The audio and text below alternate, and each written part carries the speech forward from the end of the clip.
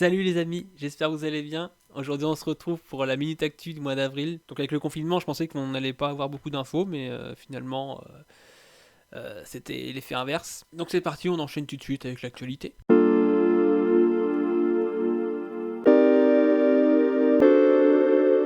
Donc on enchaîne avec BSD qui nous a pas mal gâté ces temps-ci, avec des sorties de nouveaux cadres et d'éditions spéciales et de nouveaux coloris. Donc on commence avec le cadre de Dunning Cox, donc le Grime, dis-le comme tu veux, qui sera dispo en noir, en couleur raw, donc en brut, et en vert kaki, vert militaire. Donc ça va être un cadre assez polyvalent, hein. On a un angle de direction de 75,5, des bases arrière de 12,8 à 13,2, ça reste un peu réactif mais dans la normale.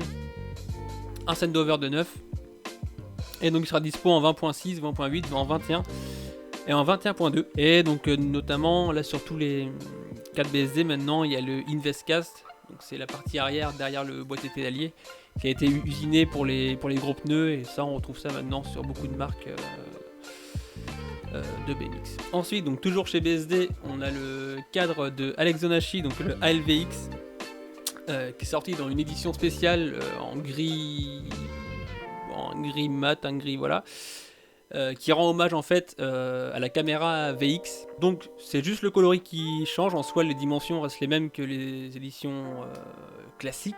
Donc dispo en top tube, donc en 20.3, 20.6, 20.8 et 21. Donc le ALVX reste quand même un cadre assez réactif, hein. On est à 75,5 d'angle de direction, donc ça commence à devenir la nouvelle norme, hein. Avant on était à 75, maintenant c'est 75,5. 12,5 à 13 de base arrière, là ça commence à être très court et très réactif. Et 8,7 de sendover. Comme j'ai dit, c'est similaire à la version classique, donc non édition limitée ou voilà. Qui d'ailleurs, l'édition classique a aussi un nouveau coloris, donc c'est une sorte de couleur pêche. Et au passage, il y a aussi le Freedom qui est d'un couleur bleue, donc d'après BSD ça sera en hommage au parc Unit 23, je vous mettrai une photo ici du parc. Ils ont sorti aussi une nouvelle jante, donc la XLT, qui vendent comme étant une jante légère, light, donc la jante fait 495 grammes. Je suis allé vérifier sur des shops, on reste entre 450 majoritairement et 500 grammes, donc la vente comme étant légère, ouais, elle est dans la norme quoi. Ensuite on va parler de Premium BMX, ex-marque qui sponsorisait Chad Curley, qui nous a sorti un guidon, le Rasp.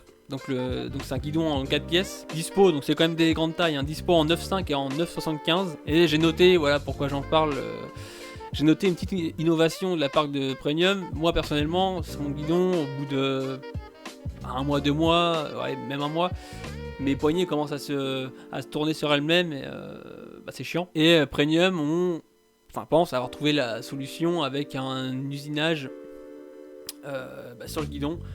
Au niveau où vous mettez les poignées, en fait, ça va plus gripper les poignées, donc les empêcher de tourner sur elles-mêmes. Mais si ça marche vraiment, pourquoi pas voir ça sur d'autres guidons, sur d'autres marques, pourquoi pas. Ensuite, on va parler de Sunday qui nous ont dévoilé tous les coloris des cadres signature, donc il y en a pas mal. Donc je vais m'attarder sur tous les cadres, hein, sur les géométriques, etc. Donc si ça te fait chier, clairement, tu peux un peu accélérer, t'inquiète pas. Donc on commence avec le Discovery, donc il est en brut et en orange. Donc dispo en 21 ou en 20,75, angle de direction en 75, 13,25 à 13,5 de base arrière, donc c'est vraiment un cadre basique, et un sendover de 9, donc ouais. Ensuite on a le Night Shift, soit dispo en blanc ou en noir spatial, donc dispo en 25, en 20,75, en 21 et en 20.25, donc là il y a un plus large choix, avec cette fois-ci un angle de direction un peu plus prononcé. On a 75-25, des bases en 13 et 13-25, donc on a des bases un peu plus courtes, donc ça va être un cadre un peu plus joueur, un peu plus réactif, et toujours un sendover de 9. Ensuite on a le Street Sweeper donc qui est dispo en blanc et en une sorte de rose ou un rouge après un peu bizarre. Donc c'est le 4 signatures de Jake Sealays, donc qui est dispo en 20.5, 20.75 et en 21. Toujours un angle de 75.25 degrés de direction. Un sendover en 8.8, donc un peu plus petit que le précédent, qui était en 9. Et des bases arrière en 12.70 à 13. Ensuite on a le Soundwave, c'est le fameux cadre qui a son down tube, en gros le tube qui relie la double de direction, on va voir la double de direction au boîtier pédalier, donc celui-ci, qui a une forme de vague. En gros c'est pas un rond classique, c'est une vague en dessous. Donc il dispose seulement en violet, en 20.5 à 75, 21 et 21-25, un angle de direction de 75, donc classique. Les bases en 13.2 à 13.5, basique aussi, mais elles ont été revues, elles ont été un peu raccourcies, parce que sur l'ancien modèle elles étaient en 13.5 à 13.75 et là elles ont été un peu réduites de 13.25 à 13.5, et toujours un Sundover de 9. Et enfin on va terminer avec Sunday, avec le Park Ranger, donc comme son nom l'indique, c'est un cadre de plus typé parc, j'allais dire un cadre de parc mais rien, enfin voilà. Donc il est dispo en noir ou en bleu, donc dispo en 20.5, 20, 75 et 21, avec un angle de 75.25, donc un poil réactif comme d'hab, des bases en 12.70 à 13, ça reste réactif, et un Sundover donc en 7, 625, ils sont quand même précis. Donc grosso modo c'est la même dimension que le Street Swiper, sauf que il y a juste le Sundover qui est plus bas. Allez, on va faire une petite parenthèse. Bien entendu, tout ce qui est grande compétition, et comme je l'ai dit dans les 2 dernières minutes actu, sont annulés. Donc là, c'est au tour des East Games et de la Vans Pro Cup d'être annulés. Allez, on passe à King BMX, qui nous ont sorti des embouts de guidon.